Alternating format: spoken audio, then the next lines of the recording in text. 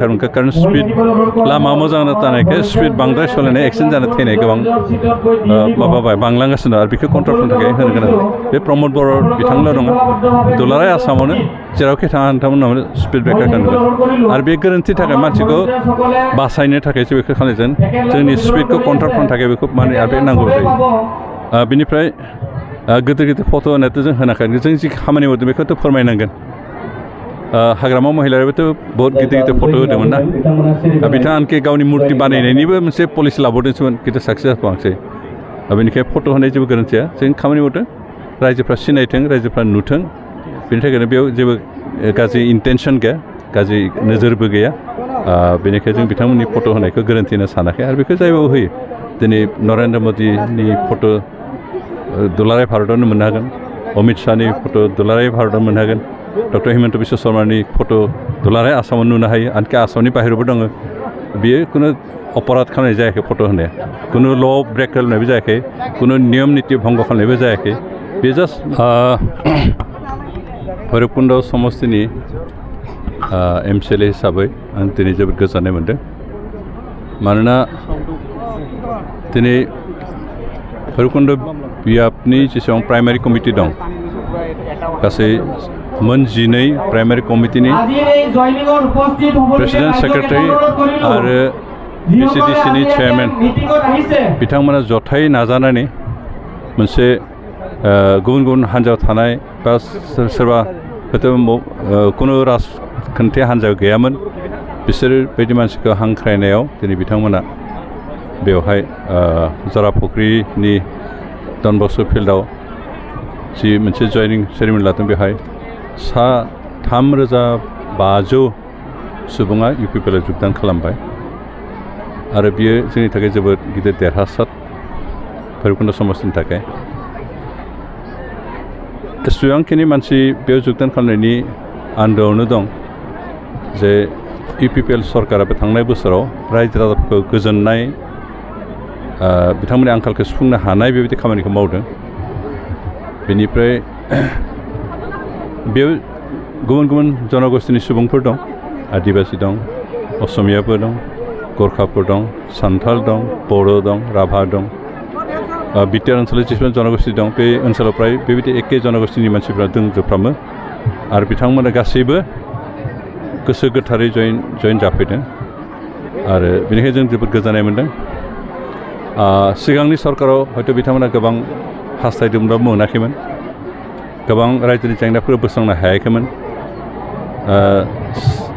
17 बोसोर सरकार सालायनाय BPFनि दैदेनगिरिफ्रा हयथ' रायजो राजाफोरखौ गोजोनथावनो हानाय बायदि खामानि मावनो हायाखैमोन बेनिखायनो बिथांमोना दिनै गोबां जायगायाव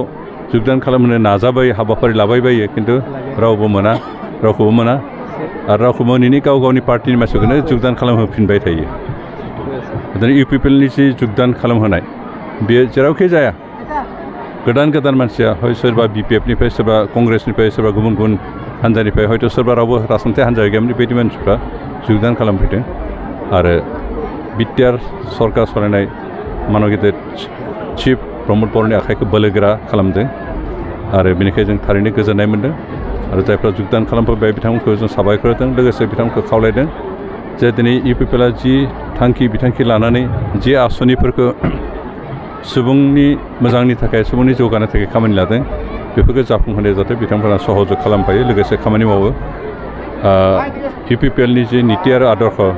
बेयाव थानानै ओनसोलनि जायगानि सुबुंफोरनि जौगानो थाखाय खामानि मावो बेखौनो खावलायनानै बिथांमोनखौ आरो हांख्रायबावदों जे जाहाथे बिथांमोना गासैबो हाबाफारि सरकारजों सहयोग खालामो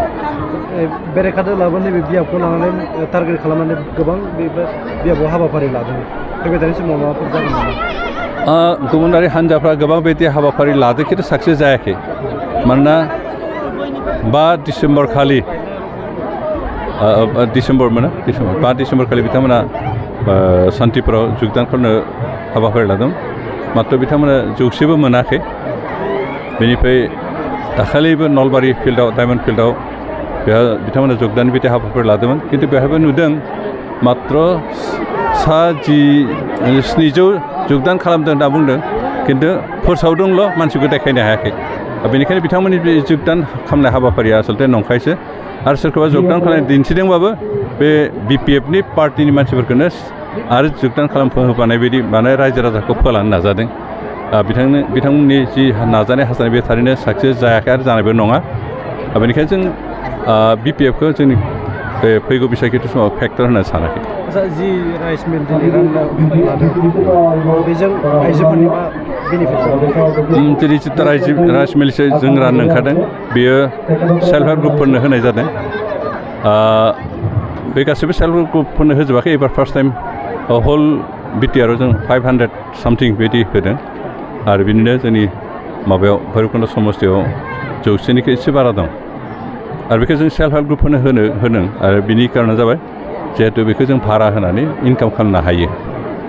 फिथा गुन्दै सौनायानो जा माइ सौनायानो जा बेबायदि सौनायाव बाहायनो हायो बेखौ जों सेल्फ हेल्प ग्रुपआ भारा होयै सेल्फ हेल्प ग्रुपनि जिथु माबा बिथांमोननि जिथु रांखान्थि बेखौ गोख्रों खालामनो हागोन बेनिखायनो जों बिथांमोना जाहाथे बेखौ बेबखाय हिसाबै बाहायदों बिनि नोजोर लानानैसो बिथांमोननो होनाय जादों बेखौ बिना पयसायाव जाहाथे रावनोबो बाहायनो होआ